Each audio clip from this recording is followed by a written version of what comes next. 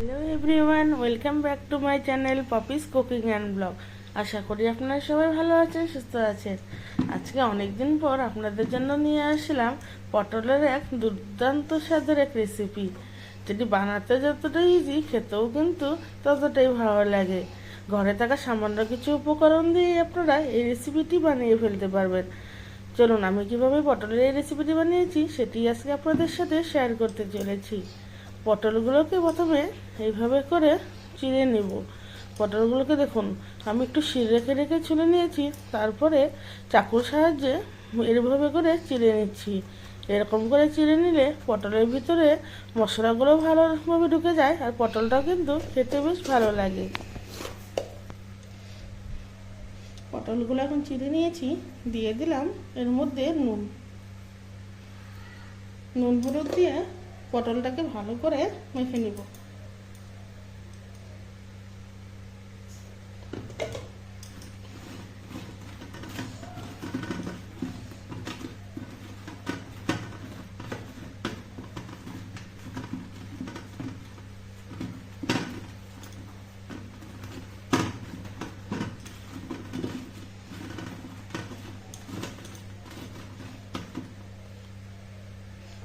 এখন পটলগুলোকে এক এক করে ভালো করে ভেজে নিচ্ছি। কড়াই গরম হয়ে গেছে, এর মধ্যে দিয়ে দিলাম সর্ষের তেল। পুরো রান্নাটাই কিন্তু আমি সর্ষের তেলে করব।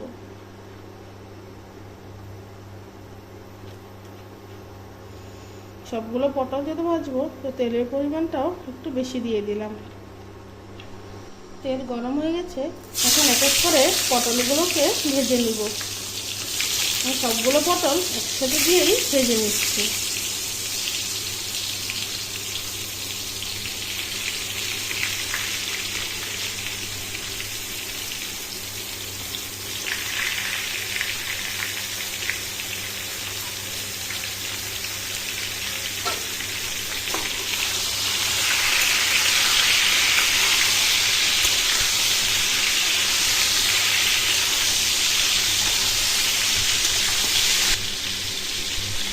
পটলগুলো কিন্তু এখন ঢাকা দিব না, এখন ঢাকা দিলে পটলগুলো বেশি সফট হয়ে যাবে, পরে কিন্তু পটলগুলো খেতে ভালো লাগবে না। হাই ফ্লেমে পটলগুলোকে খুব ভালো করে একটু ভেজে নেব।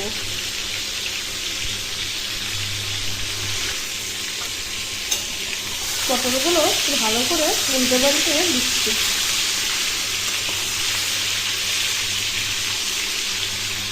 যাতে সবগুলো পটল ভালোভাবে ভাজা হয়ে যায়।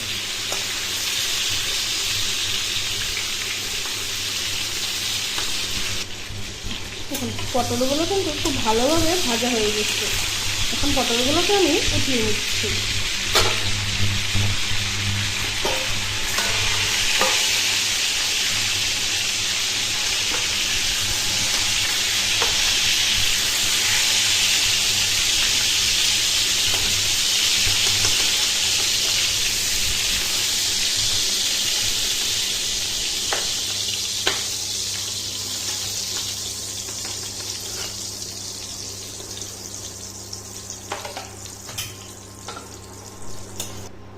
ফোড়নের জন্য দিয়ে দিলাম তেজপাতা,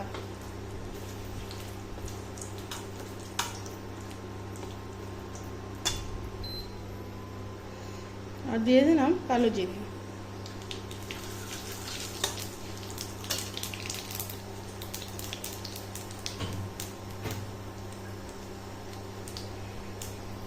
আর এখানে আমি একটা মশলা টেস্ট করে রেখেছি, এর মধ্যে আছে কাজু বাদাম, তিল, সাদা তিল, পোস্ত, টমেটো আর কয়েকটা পাকা লঙ্কা। আর মশলাটাকে এর মধ্যে দিয়ে দিচ্ছি।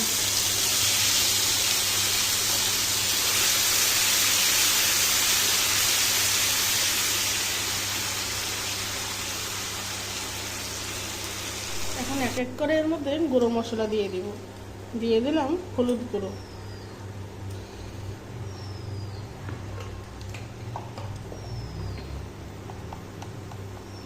তারপরে দিলাম লঙ্কা গুঁড়ো,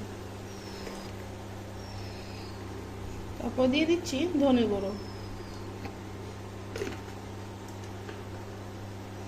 আর যে মিক্সি বাটিতে মশলা করেছিলাম ওই মশলা বাটিটা ধুয়ে জলও দিয়ে দিলাম। জিরে গুঁড়োটা আমি কিন্তু দিইনি, ওই কাজু বাদাম আর পোস্তর যে পেস্টটা করেছিলাম ওর মধ্যে আমি কাঁচা জিরে দিয়ে একবারে পেস্ট বানিয়ে নিয়েছি। এখন মশলাটাকে খুব ভালোভাবে কষে নেব যতক্ষণ না অবধি মশলাটার থেকে তেল ছেড়ে আসছে।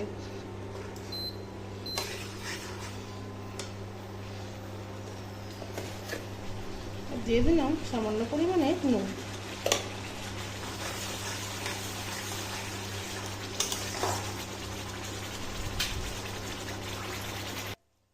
দেখুন মশলার থেকে কিন্তু তেল ছেড়ে এসছে। এখন এর মধ্যে আমি দিয়ে দিব টক দই। দইটাকে একটু ভালো করে ফেটিয়ে নিয়েছি। ফেটিয়ে নিয়ে এর মধ্যে টক দইটা দিয়ে দিলাম। দইটা দেওয়ার সময় কিন্তু গ্যাসের ফ্লেমটা অবশ্যই কম রাখবেন, না হলে কিন্তু দইটা ফেটে যাবে আর তখন কিন্তু গ্রেভিটা খেতে বেশ ভালো লাগবে না।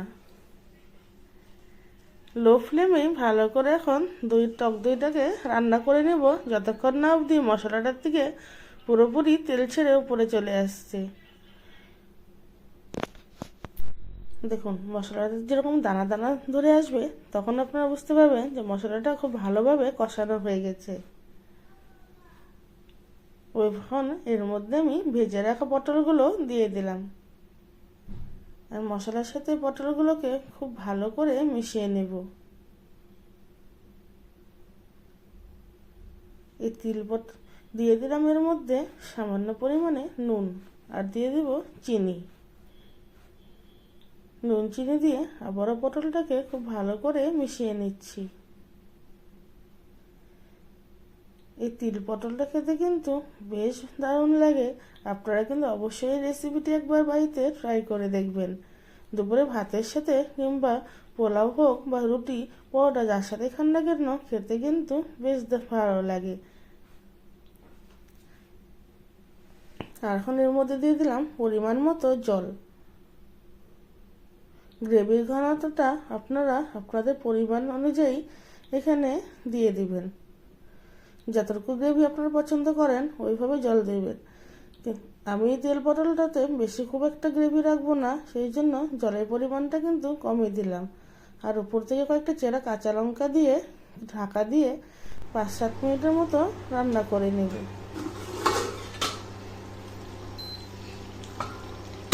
সমস্ত তেল উপরে চলে এসছে, তারপরে মনে হচ্ছে আমাদের তিল পটল কিন্তু খাওয়ার জন্য একদম রেডি। আর কিছুক্ষণ রান্না করে নিলে কিন্তু এই তিল পটলটা একদম রেডি হয়ে যাবে। দেখুন পটলগুলো কিন্তু খুব ভালোভাবে সেদ্ধ হয়ে গেছে। দিয়ে দিলাম গরম মশলা আর দিয়ে দিব সামান্য পরিমাণে ঘি। গরম মশলা দিয়ে পটলটাকে একটু ভালো করে মিশিয়ে নিয়ে ঢাকা দিয়ে কিছুক্ষণের জন্য রেখে দিলে কিন্তু এই তিল পটল একদম রেডি। সত্যি বলছি এই তিল পটলটা খেতে এতটাই ভালো হয়েছিল, আপনাদেরকে রিকোয়েস্ট করব অবশ্যই এই রেসিপিটি একবার বাড়িতে বানিয়ে দেখবেন। আর বানানোর পর খেতে কেমন হয়েছে অবশ্যই কিন্তু আমাকে কমেন্টের সাহায্যে জানাতে ভুলবেন না। দেখতে যেমন হয়েছে খেতেও কিন্তু দারুণ হয়েছে।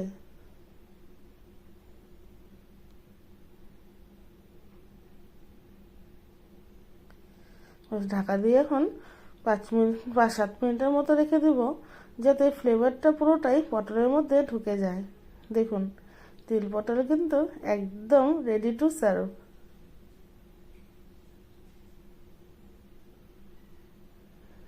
দেখেই যেন জিভে জল চলে এসছে। সত্যি এতটাই দারুণ হয়েছিল রান্নাটা।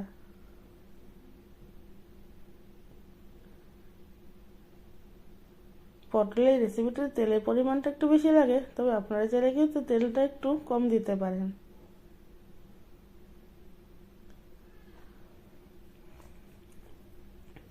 এখন উপর থেকে সামান্য কিছু রোস্টেড তিল ছড়িয়ে দিয়ে এই তিল পটলটাকে আমরা সার্ভ করে নেব। উপর থেকে ছড়িয়ে দিলাম সামান্য পরিমাণে রোস্টেড তিল।